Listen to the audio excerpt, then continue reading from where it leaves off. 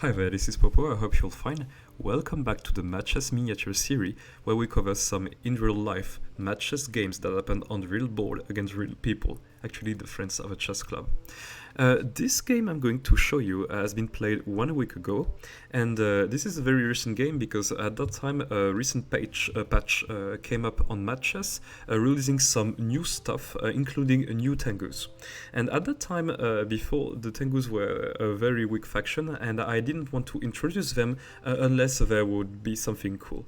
I decided to modify some of the rules before, but as I wasn't satisfied of the rules I decided to modify, I was waiting for the patch. And I have to say that the patch is actually very correct. Maybe a little too much, I don't know. So at that time I decided to introduce the Tengus after a lot of factions. And then, excuse me, I'm a little sick. And then a lot of my friends enjoyed a lot of this, and they decided to play a game. So I guess this is the second or third game of Tengus versus Humans that have been played. And we have two of my friends which play. Maybe White is not really one of my friends, this is just a member of the club, but we are sympathizing for each other. Actually, the guy playing the Tengus here is the one I beat it with the genies. So now he understood the lesson and he play a little more careful now.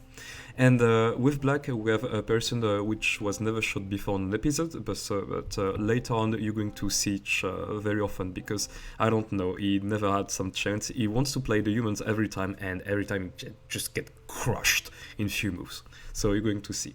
Actually, this game is the shortest game I would ever show you on Matches, I guess. I don't know any game shorter than this with a faction, but maybe we can have surprises later. So let's see the game. We have e4, e6, the French defense, and already on move 2 we have a novelty with Oak to b5. What's the point of Oak to b5? Of course you want to pin this pawn, but you can't really push here on c6 because as the rule suggests, when the Oak is attacked by a pawn, it can just teleport for move or capture on the 4 corner squares, so it can decide to snap a rook. And now Black would be already losing. So of course you can play this, but you can decide to play knight to c6.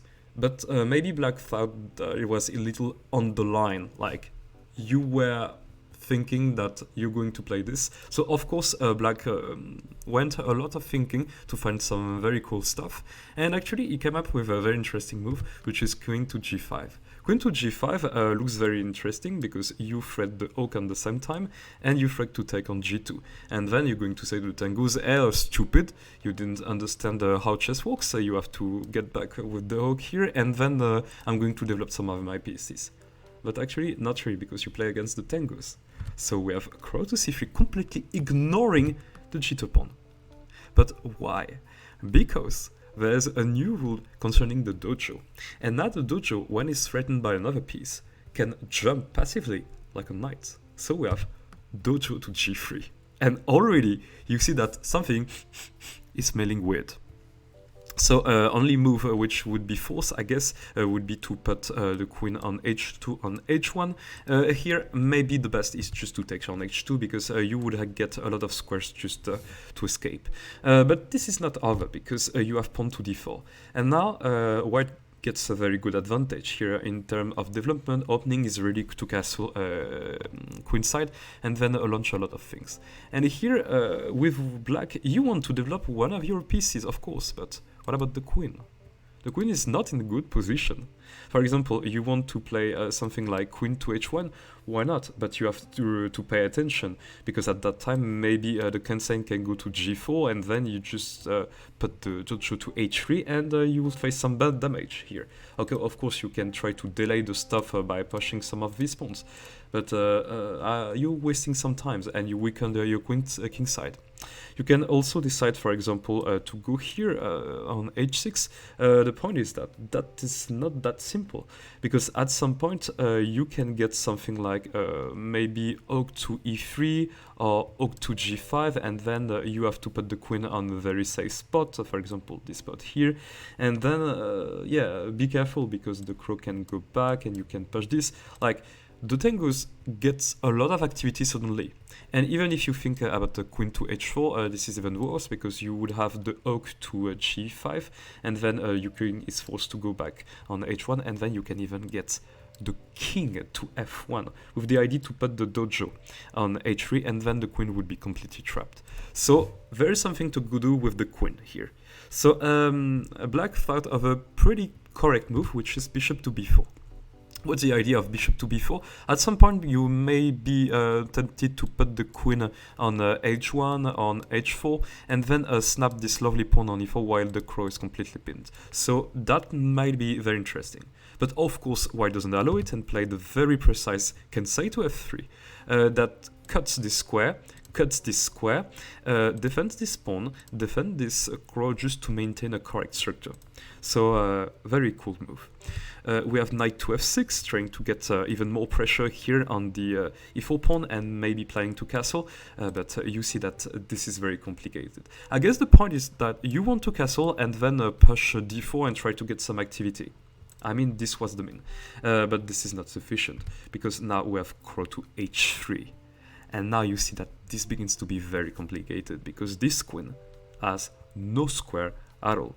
This is control, this is control, this is control. And every time by two pieces, I would say.